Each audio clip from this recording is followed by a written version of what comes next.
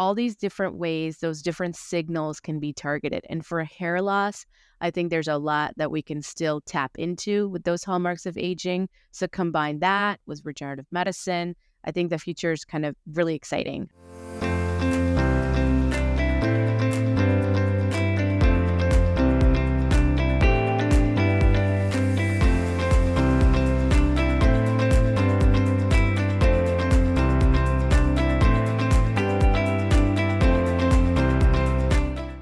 Hi, Skin Friend. Thanks so much for tuning in to this week's episode of The Skin Reel. I'm really excited to have my colleague, Dr. Saranya Wyles, joining me today to talk about the fascinating world of regenerative medicine. Unless you have been living off the grid somehow, away from the internet, you are bound to have heard about regenerative medicine and its role really in the future of everything, taking care of our bodies, longevity, curing chronic illness, helping recreate organs. And with the world of 3D printing, it seems like all this stuff about regenerative medicine that seems so sci-fi is actually coming to fruition.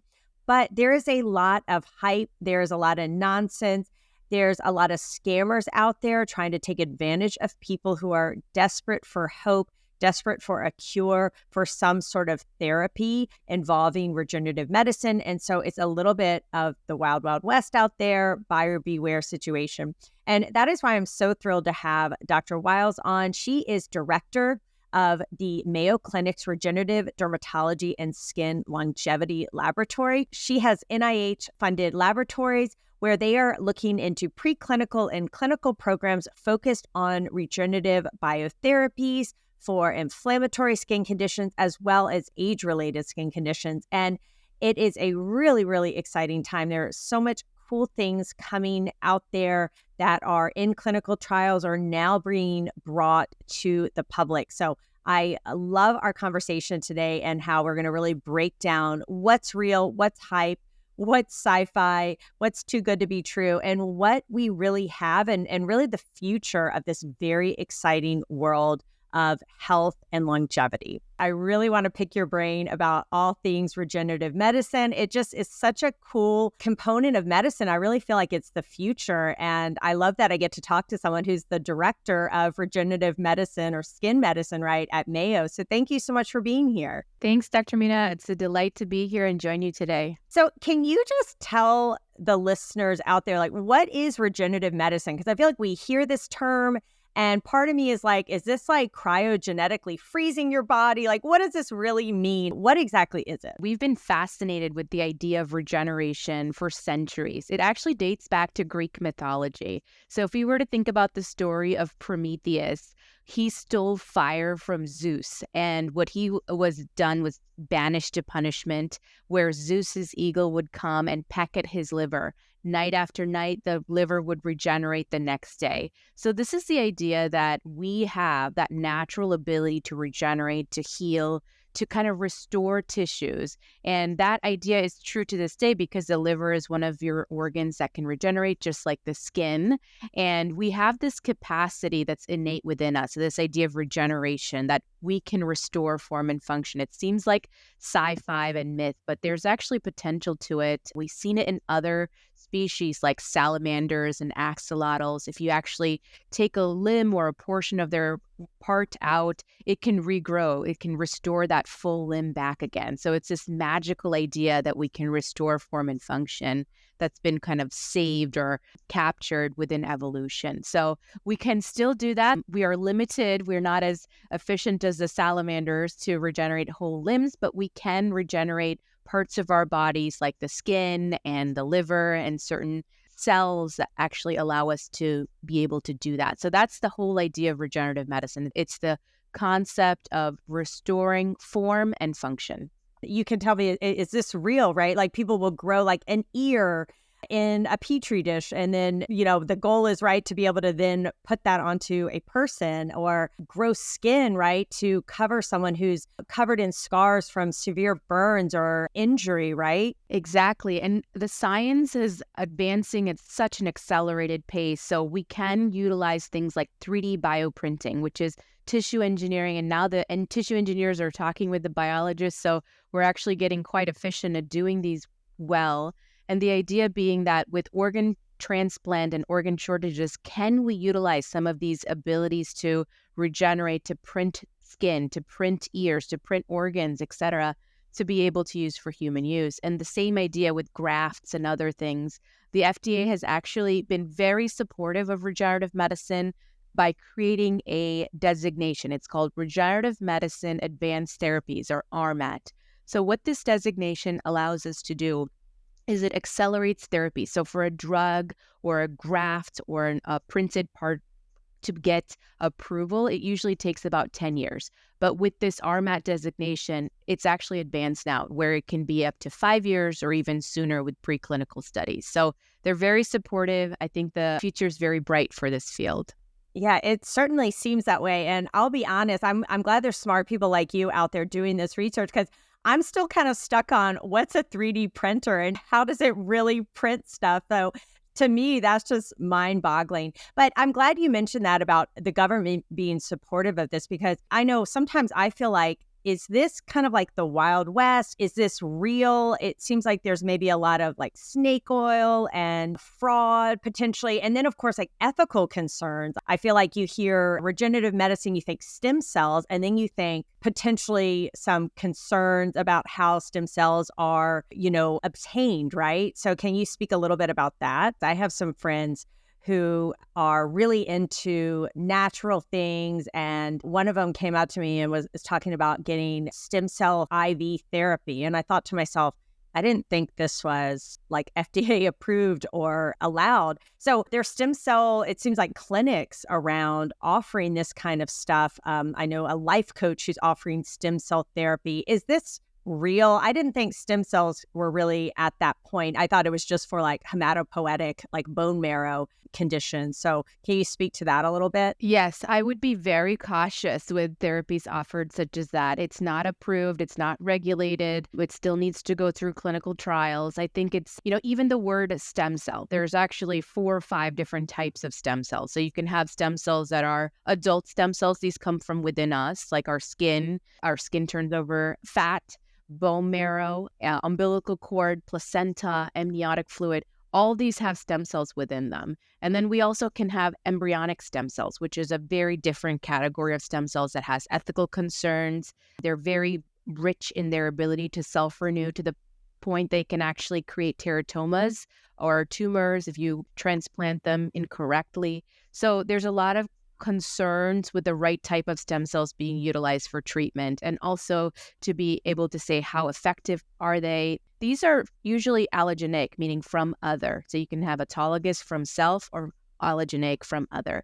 So when you have a tissue that's not native to yourself, there's also immune concerns. There's concerns for rejection, just like the point you made with transplant. So it's an area where I would advise to just be very cautious. Yeah, absolutely. You have to be really careful. And yeah, I don't know why you would want to put someone else's DNA and stem cells into you without knowing that it was really rigorously tested and FDA approved and all of that. So thanks for kind of clarifying that. And the different roles, there are so many different stem cells. The embryonic ones, those are the ones that people, you hear these like claims like they're going to abortion clinics and taking the babies and the embryos or whatever. But yeah, we have stem cells everywhere. Our skin is a stem cell and the fat. Since I'm a dermatologist and people listening are interested in skin, what are some of the roles for stem cell therapy in terms of skin health? So for skin health, the stem cell therapies are mostly used from a wound healing perspective. So, there's therapies that are biotherapy. So what does this mean? So this means that there's so much inherent difference between product to product to product that you have to make sure that when you make a stem cell line for therapeutic use, that there's sort of consistent rigor around it. So why do I say that? It's not your Tylenol or it's not your topical steroid where the chemistry is relatively similar between one pill to another, relatively similar between each cream that you apply. These stem cells have so much variability, like we talked about, which source is it coming from, which patient are they coming from, et cetera. So there's donor variability, there's cell variability, tissue variability. So when you account for all of that, how can you kind of create validation to make sure that these are reproducible, batch to batch consistency? Those are all things we need to be first mindful of. But second, this is where the clinical trials are taking place right now. For dermatology, it's very exciting. I think areas that it's poised to be helpful for is wound healing, conditions like blistering disorders, epidermolysis bullosa. That's a condition. Actually, I'm very excited to share that one of the recent RMAT approvals or regenerative medicine therapy approvals was for epidermolysis bullosa, where it's a first topical gene therapy. So with collagen 7, they can replace that gene, and it's now been approved. So it's called BVAC therapy. So it's really exciting advances. That is phenomenal. I worked with children with EB as a med student, and it was heartbreaking to see how, their skin would blister and then it would scar, and then they would have these mittens for hands.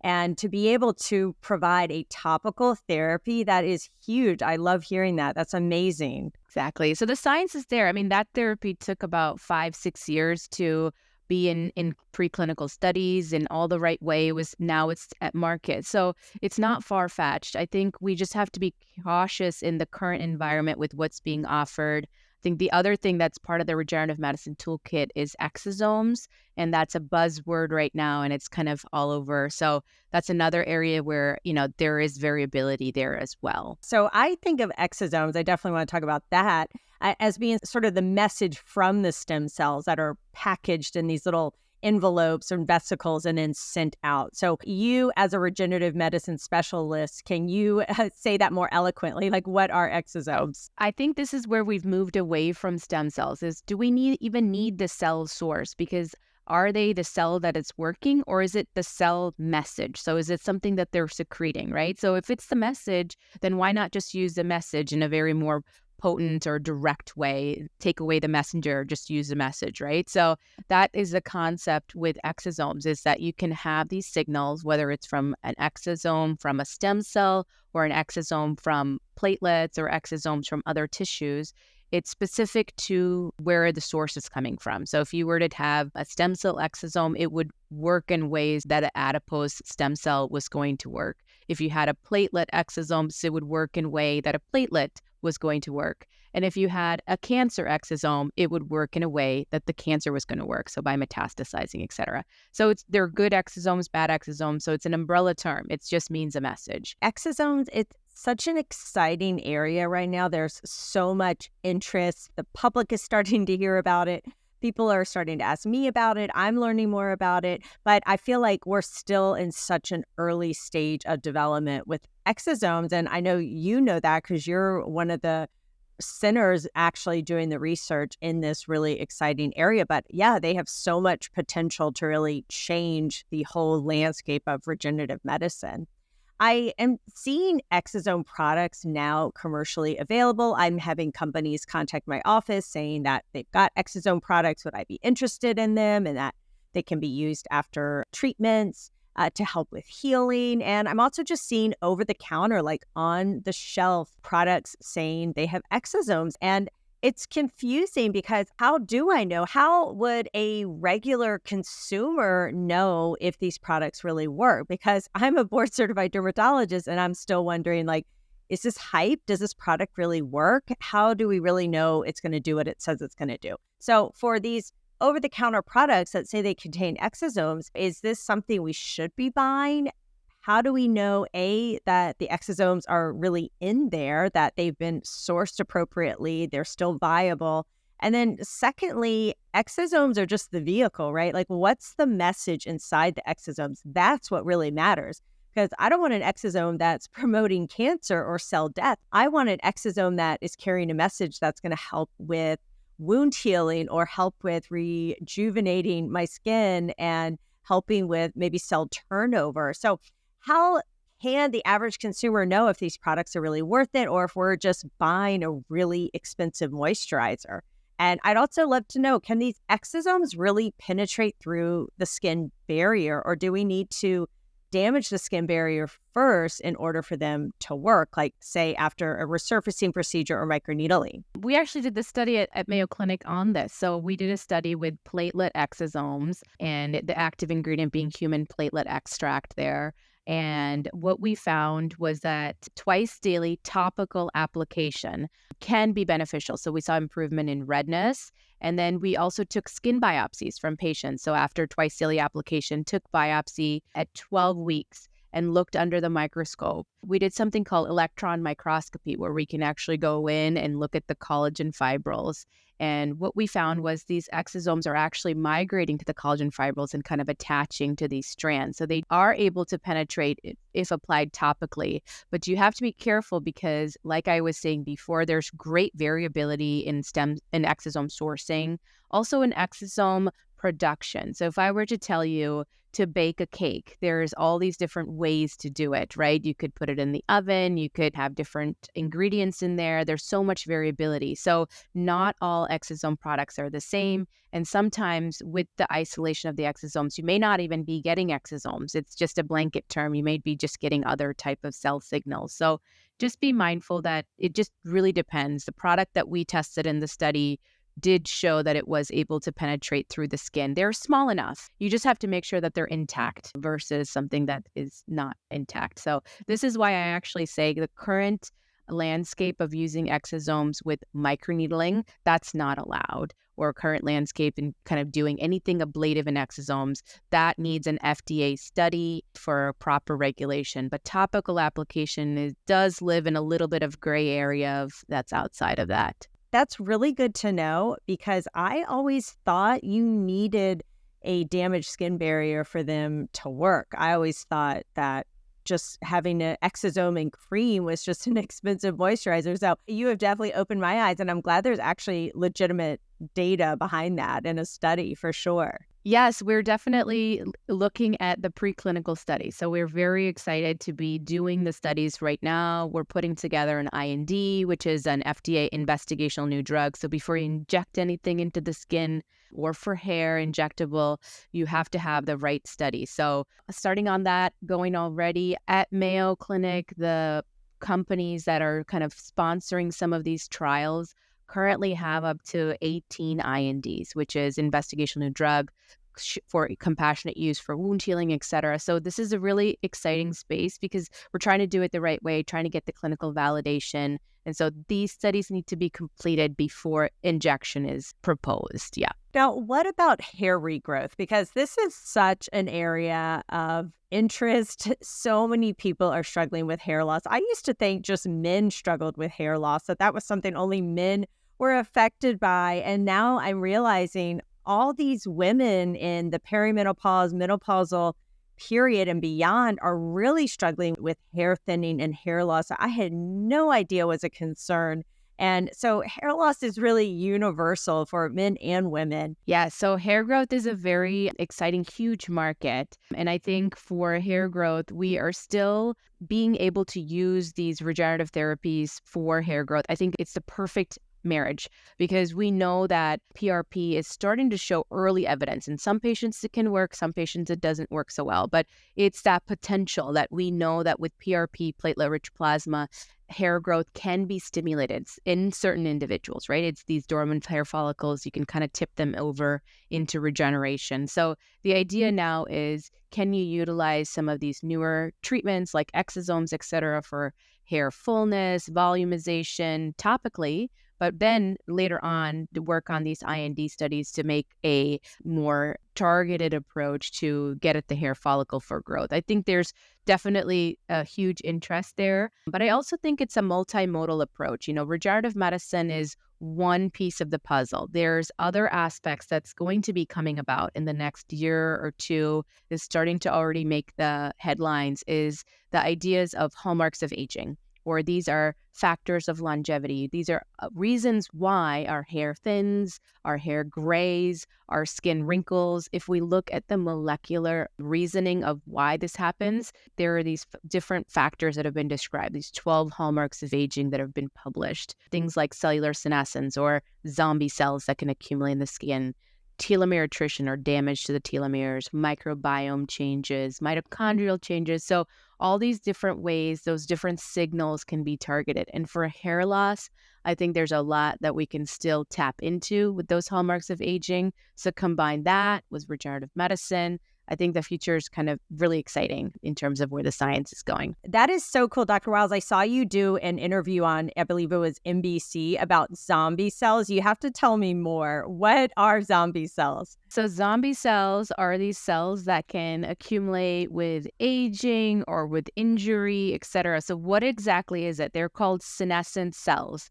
So what is senescent cells? So it's a cell cycle state. So we know our cells in our body, the building blocks, they can renew or replicate, so they can divide, they can die off. They go through these cell cycles, meaning they kind of go through these different fates of division and cell death, etc. But as part of this state, they can kind of go into a cell cycle of rest. What that means is they can kind of escape this cell cycle of divide, renew, die, divide, renew, die, and go into like a stop, like a purgatory, if you will. It just becomes a state where they stop dividing, they're arrested, and they kind of stay in the state. So why does this happen? Evolutionarily, these zombie cells occur because they're a cancer evading mechanisms. So a cell gets a mutation, it doesn't have all the tools that it needs to say that cell needs to be destroyed at the moment. So it just puts it under arrest for a minute. So it says, okay, you're a cell with a mutation. You shouldn't be around. You're going under a zombie cell state or a senescent state. So that's why we actually have zombie cells, or these say it can be a good thing. But over time, what happens is with age insults, you can accumulate more of these cells that are arrested just from chronic inflammation, low-grade inflammation, inflammation related to aging, etc. And then once you have these cells, they don't just sit around in their arrested state and do nothing. That would be great because we can just clear them. But they're actually bad influencers. So they create these signals of noise. They kind of are saying things like destroy collagen, stop wound healing, destroy the kind of helpful signals needed for repair. So that's collectively known as senescence associated secretory phenotype, SASP, also known as bad noise. So because they create these noise, this is why you want to clear them or get rid of them so that you can improve the original form and function and the environment of the cells that's healthier. You explained it so well. Yeah, we want to get rid of those bad influences, right? And just have the good cells around. Exactly. Talking about skin aging and all that, what are some either therapies we have now or things coming down the pike for regenerative medicine and aesthetics? There's a lot of things that are in early phase studies. So I think one of the most exciting things within regenerative medicine is the exosome science. So I think what we're doing in our lab is actually looking into all of the different exosome products that are out there so that we can try to distinguish what is an exosome within a commercially available product. Because if I were to tell you, here are 12 different exosome companies that are out there, and it seems like that number is continuously growing. So as a consumer, you just got all this information that exosomes are variable. There's a lot of different ways that you can isolate them. There's a lot of different ways that you can characterize them. But how can you go out and do this yourself? You can't, right? You're kind of limited to take their word. So this is where we're hoping to create an unbiased study. We're blinded, take all the different or the top trending products out there and then just characterize them. So just to see, do they have the right markers that they say they do? Are they isolated the proper way? Do they have the right protein expression, et cetera? And then to just be able to share that so you can kind of delve into that and make your own decisions type of thing. So the goal is that the science is there, that there's really good evidence to show that it can be helpful. We are putting through the right INDs, et cetera. But because the market, as you've seen, just like with stem cell tourism, you can even say it's exosome tourism. There's a lot of different hype versus hope that you're going to have to sort through right now. But I think that's the very exciting thing is that in the next 5 years, once we kind of get through these early stages of promise, we can actually see the science behind it and kind of see where it's going from. And I think really in the next 5 years, it's going to be partnership with regenerative medicine and longevity science. That's the next step in healthcare and skincare. I don't know where to turn either with the exosomes, and I'm a dermatologist. And so that would be so helpful to have that where I can really give patients good information like this works, this has data, this has studies, and then this is just very expensive moisturizer. Exactly. Yes. Yes. And I think that's true with a lot of products and actives that are out there on the market, right? But I think we're gotten to a point where answers would be good. I've been hearing a lot about, and maybe I'm saying this wrong, NAD plus. What is that? Our bodies have this ability to clear debris. It's called autophagy. So when that happens, it's basically when we accumulate cell death, when we accumulate different process that we go through, we kind of need a purge, like a clearance, a reset, if you will. So that autophagy phase can get degraded over time. So products like NAD basically can help with the process of being an antioxidant, but also just kind of provide the right signals to improve that autophagy process. So there's a lot of ways that NAD is being offered right now. I think there's IV NAD that patients can get, med spas offer them. But to what extent are they creating benefit, just like a B12 shot, et cetera? I think it's probably making some impact. And I think there are good studies that are still underway to fully analyze. But I think to what level, to which one do we say that, and to what frequency do we need it? I think those are all early in questions. But the concept is that it's kind of tapping into improving your ability to fight damage, DNA damage repair, and other repair. Yeah, maybe getting rid of some of those zombie cells too. Exactly. Yes. Now, what about PRP, platelet-rich plasma? Is that a form of regenerative medicine? Yes, exactly. It is. So platelet-rich plasma, and I can just kind of share with you what's in the regenerative medicine toolkit. So let's start there. So we can say it's stem cells, exosomes, platelet-rich plasma or platelet-rich fibrin, and then there's a whole list of other immune therapies, CAR T therapy, chimeric antigen receptor therapy, which is used for certain blood type cancers. Then we also have gene editing therapies, which is coming about CRISPR-Cas9. Those are different ways that we can swap out mutations and correct mutations, et cetera. So that's another toolkit. And then 3D bioprinted or tissue engineering products. So allografts and grafts that have keratinocytes or fibroblasts, et cetera. So if you were thinking about the full regenerative medicine toolkit, that's what actually the FDA has defined as within the regenerative medicine scope. Now, to look specifically at PRP is platelet-rich plasma. So it's blood product that's derived from self, and it's spun down typically in a centrifugation process, and it's separated into these layers where you have platelet-poor plasma, platelet-rich plasma, and you can go and isolate the layer that is platelet-rich plasma. So what is in there? It's a combination of growth factors, peptides, even exosomes that are residing in there that are the population that's more prone to regenerate. They have the right signals to repair, regenerate. It can be used that's why it stimulates hair follicles as well.